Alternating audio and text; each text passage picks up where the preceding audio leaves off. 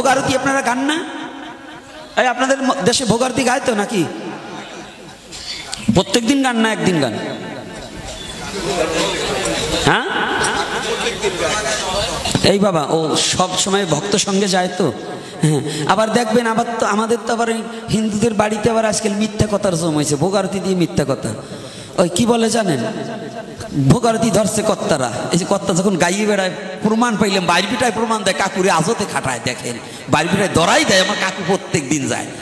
তাই ভোগ আরতি ধরে কি দধি দুগ্ধ ঘি তো ছানা আর লুচি পুরি। হ্যাঁ আসতে দাঁড়ান, দরজা খুলিলে দেখি পাতলা খিচুড়ি। কি গায় না? গাইলেন কি?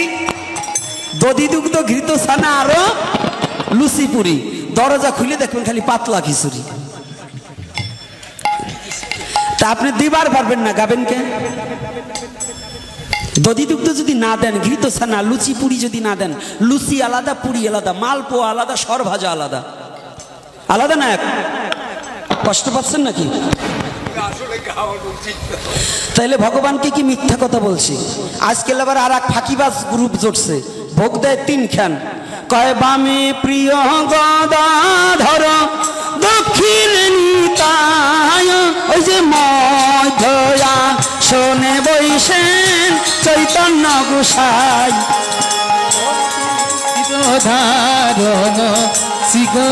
হরি 64 মহন্ত আর দাদা সগুপাল, ওই যে 6 চক্র পতিয়ার অষ্ট কবিরা ভজপতি তো ধারণ শ্রী গৌর হরি।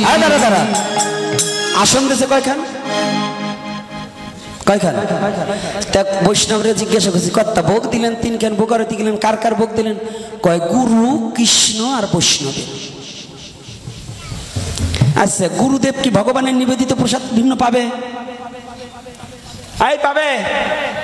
আজকে যারা ভজন স্থলিতে আছেন, আজকে একটু কথাটা বলেই যাই, আর দেখা হবে কি না হবে জানি না জীবনে। আর এই কমিটি তো অন্তত এই মুখ পুরা হনুমানরা আর আনার চেষ্টা করবে না, কবে যে টাকা দিয়ে শয়তানি না গাল শুনবো নাকি? তাই না, আমার ভক্ত হলে লাভ নেই, ভক্ত হবেন আমার গৌর হরির। তাই দেখুন জিজ্ঞাসা করছি যে ভোগ লাগাইলেন 3 খান, কার কার? বৈষ্ণব কর্তা গাল ফুলিয়ে বলতেছে গুরু, কৃষ্ণ আর বৈষ্ণবের। বুঝছেন বৈষ্ণবের বোধ কতখানি কইছে? কি বৈষ্ণব? অর্থাৎ বৈষ্ণব কৃষ্ণ নিবেদিত প্রসাদ ছাড়া গ্রহণ করবে না, গুরুও কৃষ্ণ নিবেদিত প্রসাদ ছাড়া গুরুও গ্রহণ করবে না। তাহলে ব্যক্তিগত গুরুর ভোগ দেওয়া প্রয়োজন নেই, বৈষ্ণবের আলাদা কোনো ভোগ হবে না। ভগবানের নিবেদিত প্রসাদ গুরু বৈষ্ণবের নামে উৎসর্গ করতে হবে। তাহলে ভোগ দিলাম কার? 3 খান। কাকে কাকে, কে কে পাবে এটাও জানতে হবে। 3 খান, একটা ভোগ দেন কিংবা 2 খান দেন, রাধা গোবিন্দর দেন। আর আমাদের লীলা স্মরণ করতে 2টো। কি কি লীলা? বৈষ্ণব আচার্যগণ বললেন 2টো লীলা স্মরণ করতে, একটা গোবিন্দ লীলা, একটা গৌরাঙ্গ লীলা। কয়টা লীলা? আয় লীলা কয়টা?